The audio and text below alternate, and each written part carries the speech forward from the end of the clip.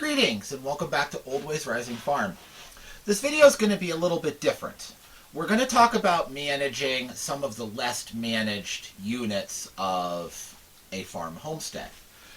I want to reference back before getting into the meat of it a little bit about permaculture zones of activity. We've talked about this in previous videos. I will put a link in the description to where we introduced this idea the first time. But just to very quickly recap, it's a way of thinking about management strategies with reference to how frequently you're going to visit a site and how intensively you're going to manage it. So if we think about Zone 1, that's the center of activity. You're managing everything in Zone 1 more than once per day. Right? This is where you are all the time. Zone 2 is also intensely managed. It's going to be a place that you visit daily, multiple times per week, really, right? Like, vegetable garden is a good zone, Zone 2 thing. Your house is clearly Zone 1. Your barn where your animals are, where you're feeding them every day, that's going to be Zone 1. Zone 3 is still intensively managed, but it's going to be a region that you're going to be weekly, really. Many times per year, but not every day. Okay? And then Zone 4 and Zone 5 are the distant regions. Zone 4, both of them, these are going to be places you're only going to go a few times a year. Okay? So think an orchard is a classic Zone 4 thing. Timber stand is in this type of area.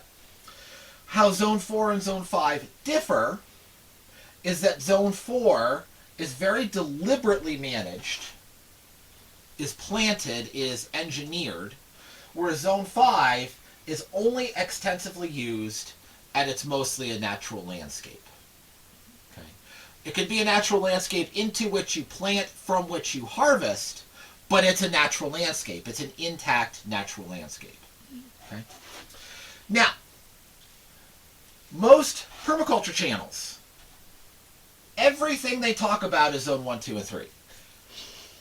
And Zone 4 and Zone 5, yeah, they exist, but we really don't talk about them. And part of that is because we really don't visit them that often, right? These are places you only go once in a while. There's not a whole lot of, if you think about YouTube as a platform which rewards frequency of content generation, there's clearly not going to be a whole lot of that going on because you're not going to visit Zone 4 and Zone 5 all that often. I want to talk about these zones and actually go into Zone 4 and Zone 5 here on our farm today. Okay, so Zone 4 managed, Zone 5 managed but only visited a few times a year. Zone 5 barely managed, a natural landscape that we only go to a few times a year to harvest, to fix something, to pull a little firewood out because a tree died, right? That sort of stuff. So I want to look at these areas kind of in context. So, beloved, if you'd glance down. I've done models on the channel here before. This is one you haven't seen yet. This is Old Ways Rising Farm. We are a hill farm. Okay? We're at the edge of a big long ridge. Just about everything that you've seen on this channel up to this point has been up here at the top. Right? This is our zones 1 and 2. Most of this we're developing into pasture. Okay? And then down at the bottom, we have a very usable, very farmable chunk that is just impossible to get to. Like, just absolutely impossible to get to. Okay? And along these hills, there's some terrain which is just impenetrable because it's so steep. The map doesn't quite do it justice. Okay, how steep this region here in between actually is. So our zones 1 and 2 are here. All of this pasture land, we're hoping eventually to get almost 20 acres in pasture out of this. That's our Zone 3. This is our Zone 4 and Zone 5.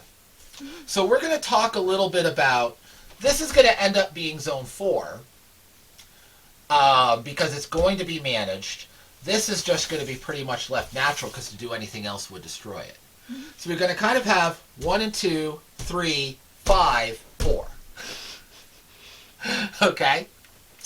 Um, but we're going to go for a walk today, and I'm going to show you the terrain. We're going to do a little planting together, and you'll see why this is a thing. So, we're going to take, Renee and I are going to take a few minutes and collect some materials and supplies and wander down in the woods. And what'll be about a half hour for us and just a mere second for you, we'll rejoin and we'll do a little bit of planting in Zone 4. Welcome to Zone 4. So we are down in the lower corner of the property in one of these chunks of land that's kind of hard to decide what to do with. So this is an open section. It is open because there are a whole bunch of spring seeps in here. Okay, so if you pan up here a little bit, beloved, up to the willows, you can see there's a big patch of willows just a little bit uphill of us. It's wet enough in there for willows. And then if you kind of bring the camera around a little bit, back to me, you can see this area is open. It is dry enough that the willows aren't colonizing it aggressively. But it is wet enough that most of the rest of the forest trees are not colonizing it aggressively. It's not permanently sodden. It's like I said, there's a bunch of individual spring seeps. It's not a large contiguous wetland with nothing but hydric soils. If this was flat, it would be a nice pond site, but it's not flat, so I can't put a pond here. If it was drier, it would be good pasture, but it's both too wet and too far from the rest of our infrastructure to get fenced down here in any graceful way. It's just a little corner that's hard to do much with in a lot of the classic land use categories. But this sort of damp but not true wetland is perfect for some types of trees, especially persimmon. Okay? So I'm going to do some classic wildlife planting, although I am part of the wildlife that wants to eat these persimmons. And we're going to plant a persimmon patch through here, and then around the edge we're going to plant a tree which likes it wet but not quite as wet, which is pecans. And thanks to the growth in interest in wildlife planting for deer as well as for permaculture applications, get back in there. Go in. Okay. There are a number of suppliers that are starting to select for true northern hardy persimmons and pecans. Okay? Now, not all of them will be truly hardy in this area. And of the ones that are hardy, not all of them will ripen fast enough in order to produce a good crop, a good harvestable crop of these things. So this is a case where you want to plant very rapidly, very cheaply, and in bulk. Mm-hmm. Okay? So those trees are all less than $2 a tree. There's a number of sources that you can get these. There's a lot of state nurseries that will sell things which are hardy in your state. Pennsylvania has a state nursery. New York has a state nursery that are very big ones. Some of them will ship out of state, some of them won't. But then all you need to do is make a friend in a state and have them shipped to them and then pick them up, right? There's ways around that. Thanks to, Facebook groups and things like that. There's a lot of permaculture groups for every region of the country. So find one, send out, hey, I want to order from this nursery. Is there anybody doing it that I can chime in on and then come pick up trees, right? You'll find somebody that will help you get the trees you need. Michigan, I think, has a pretty good state nursery as well. There's also, these are from a nursery called Coldstream Farm that I've had great luck with. I like their stuff. I'm not sponsored. None of this is sponsored content, I promise you. So I'm just my own honest opinions. I used to order a lot of stuff from Lawyer Nursery, and I was very, very sad when they closed up shop. So if somebody wants to go restart Lawyer Nursery, I will buy from you. But it would be a complete restart at this point. Anyhow, you want to get this bare root stock in bulk and you want to plant it quickly. There's a tool for that. This is a forestry planting bar. Okay? This is a tool which goes back to the CCC days when there was a lot of mass planting to deal with the Dust Bowl. And again, like, you want to talk about mass conservation planting, that was mass conservation planting. But this is the tool for mass conservation planting. It's got a wedge. This is about, it's about 3/4 inch thick at the top, and it tapers down to a fine edge right there. And then you can see there's just a modern arc weld bead to attach a little piece of mild steel here for a foot. And then this is just simple round stock with a T-handle, and it's all just modern welds. Okay. These are gettable. Let me do a little research on. I trying to think. I can think of a couple places that probably have them, but I didn't look it up ahead of doing this video. So I'll do a little research before this goes live, and I'll put some links in the description with where I got my bundle of trees and some places where you can buy these. This one I lucked into at a yard sale for 15 bucks. It was one of those moments where I almost broke my wrist getting the money out of my pocket. So that was a lucky buy.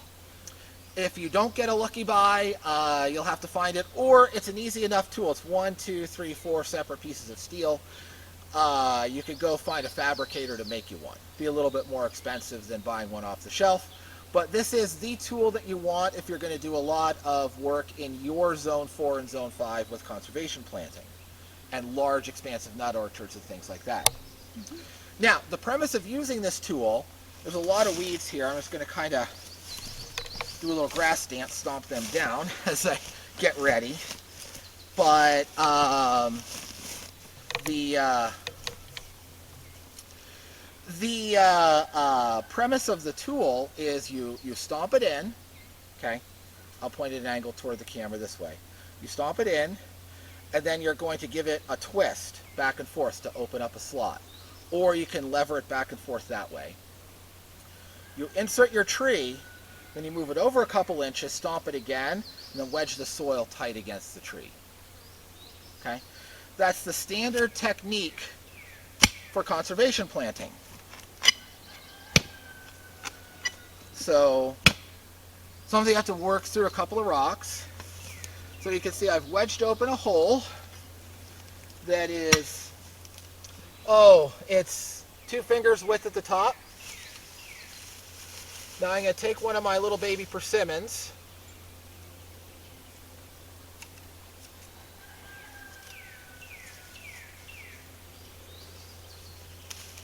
Snap that rubber band. I'm going to take one of my little baby persimmons. It's got a real nice root structure. It's real dark outer bark, which is typical of persimmon. Persimmon is a lot of, it often can have a really dark core. Persimmon is a type of ebony. So it's really nice woodworking wood in addition to being a good food tree. I'm just going to put him down in the hole. And I'm going to come about 3 fingers over, stomp down, and close the hole, and give it a stomp. And that tree is planted. Okay? Now, if half of these survive the planting, that's good. This is not no man left behind territory. This is fast, quick, cheap. Okay? Also, a lot of the trees you're going to want to do that with, you can really see it well on this particular persimmon, are tap-rooted. Mm-hmm. So you want to get these guys as young and small as possible. Older and taller is not better with these extreme tap-rooted trees. Get them small, stick them in. Now step over a little bit, knock down the weeds, sink the tool, insert the tree,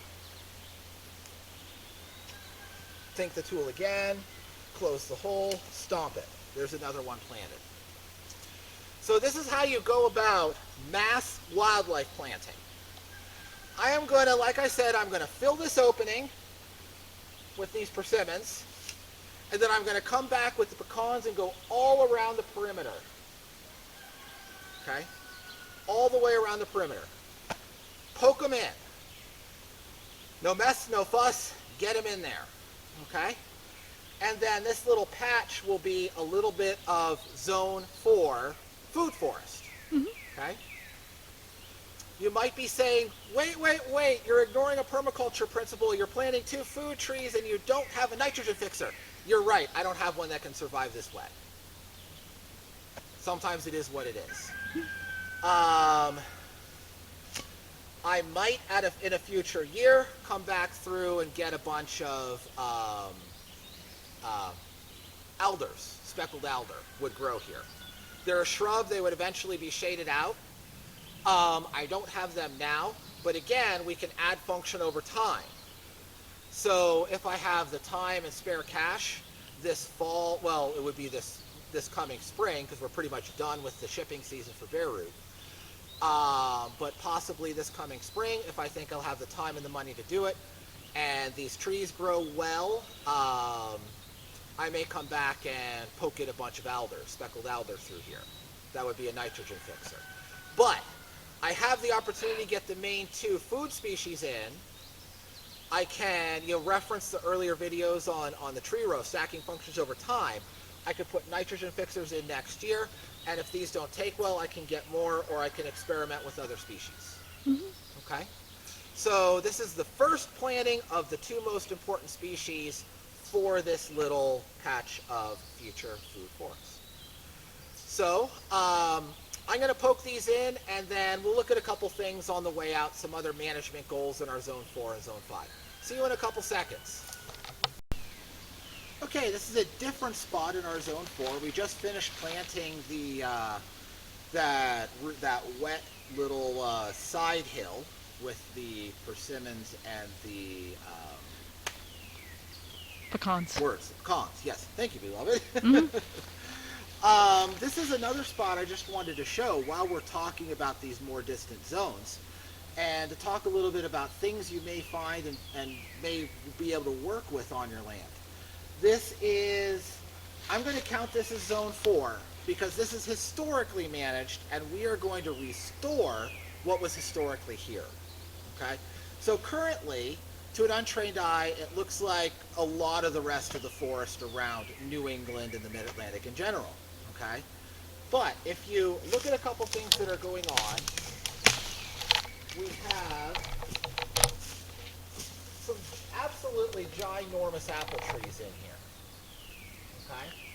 This is huge. This is the size of the rest of these forest trees.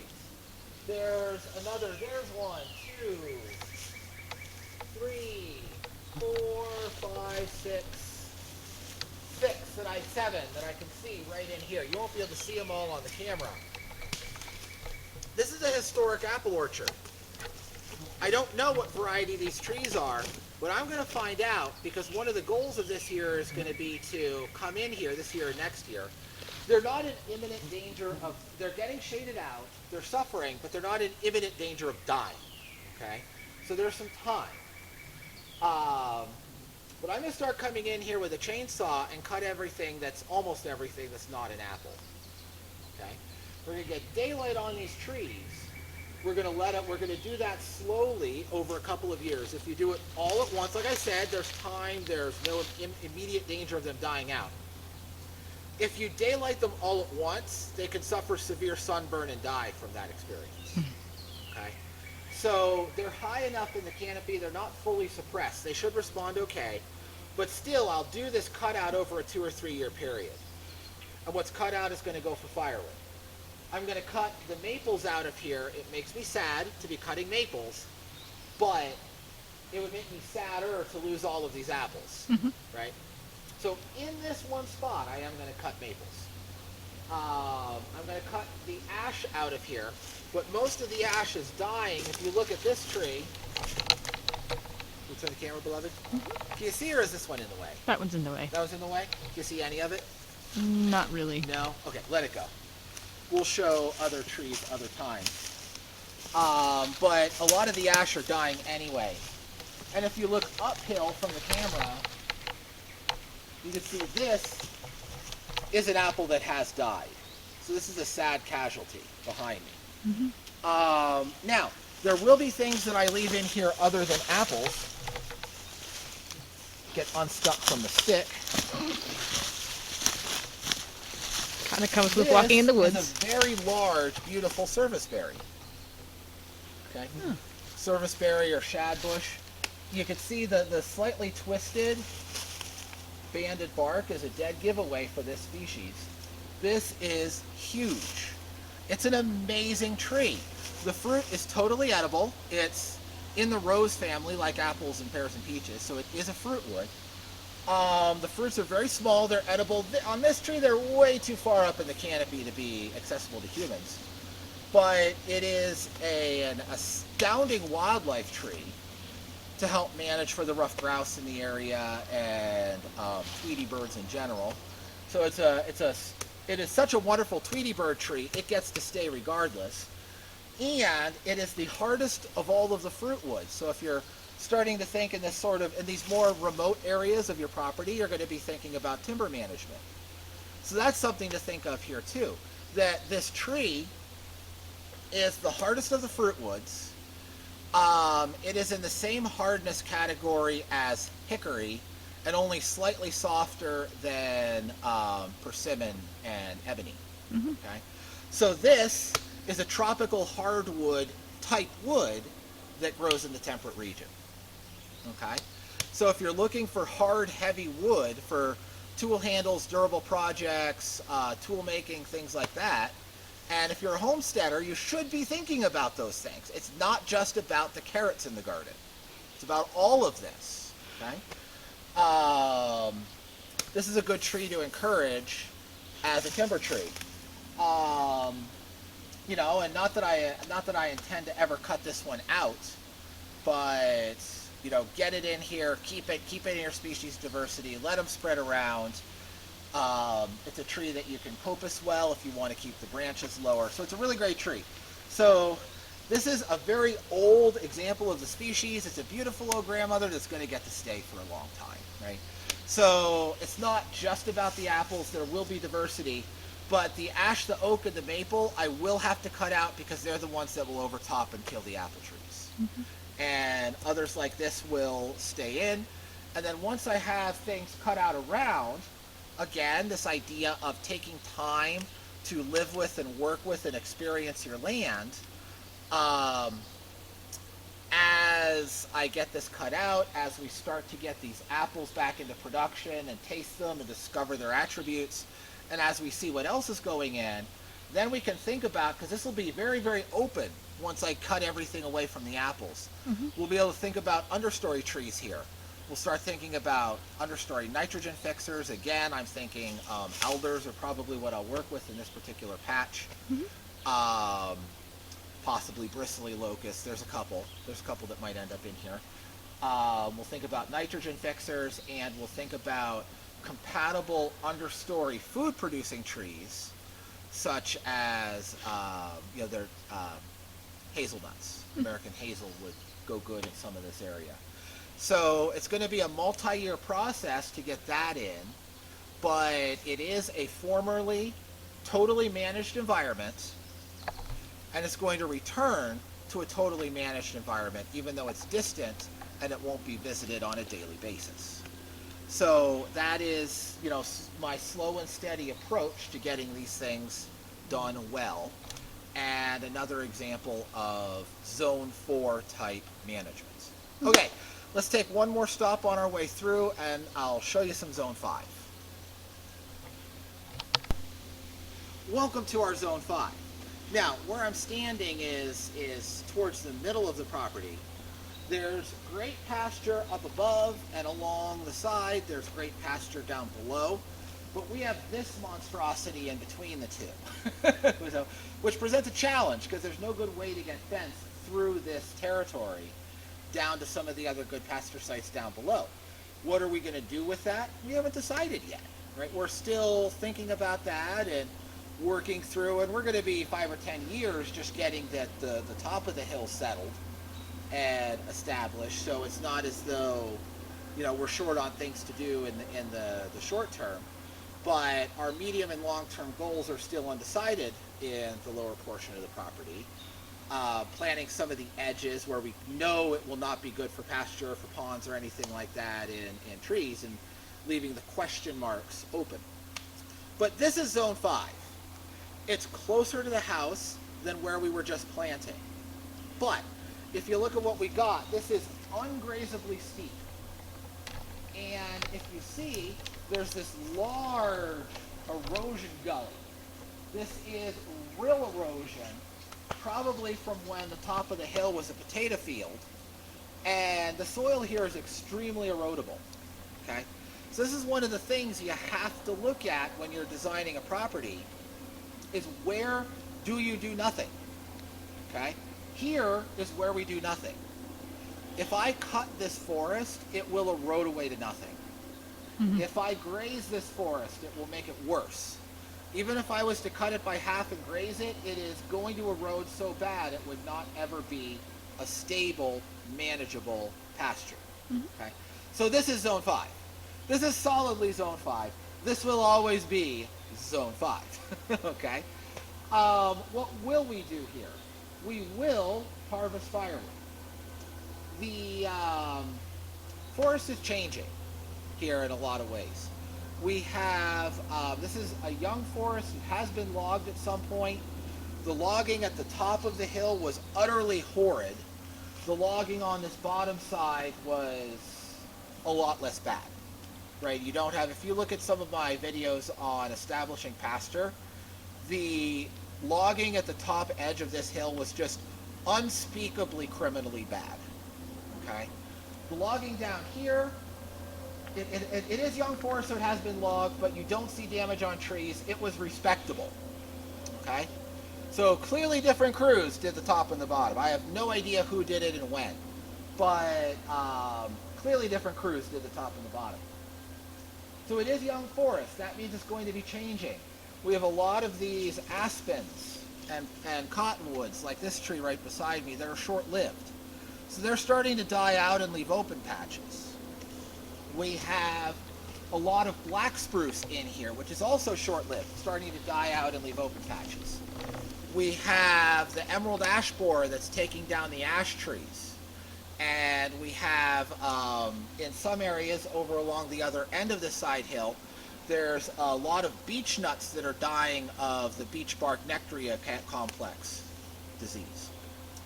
And so they're dying out and coming out. So as this forest changes, we're not going to ever turn this into a fully managed anthropogenic environment. What we are going to do is, as patches open up, we will carefully replace them with trees that provide specific benefits. So we will be putting food trees in, especially chestnuts, hickories, and walnuts in on this side hill. Okay? So we will be slowly, gently massaging it in the direction of being more productive in terms of food. Over at the far end, I've started doing this by underplanting some hickories and hybrid chestnuts where some of the beech nuts are dying out. I'm going to come in, the legumes are all a little bit more shade intolerant than those two species are when young. So I'm going to let them get established, and then when I cut out the diseased trees, I'll come in at the same time and underplant with the legumes. I'll have a big batch of bare root legumes, and they'll go in just like these others. But I want to make sure that my chestnuts and hickories, because they're more expensive, they're harder to find and more expensive, are well established before I take out the sick and dying trees. I do want to get them out soon because not all of them are sick, and I want to reduce the disease load and hopefully save some of the ones that are still healthy. So we'll do some videos over there too. But this whole side hill in the middle of the property, this is my zone 5. Okay? So it's not just proximity, it's accessibility and land use history that define the zone 4 and the zone 5 habitats, and how you want to think about managing those habitats for yourself and for other management goals. Mm-hmm. So I hope you found this video interesting. I hope that you'll give it a thumbs up, and I hope that you will stick around and see the progress as we go through the years here on the farm. Till then, so long.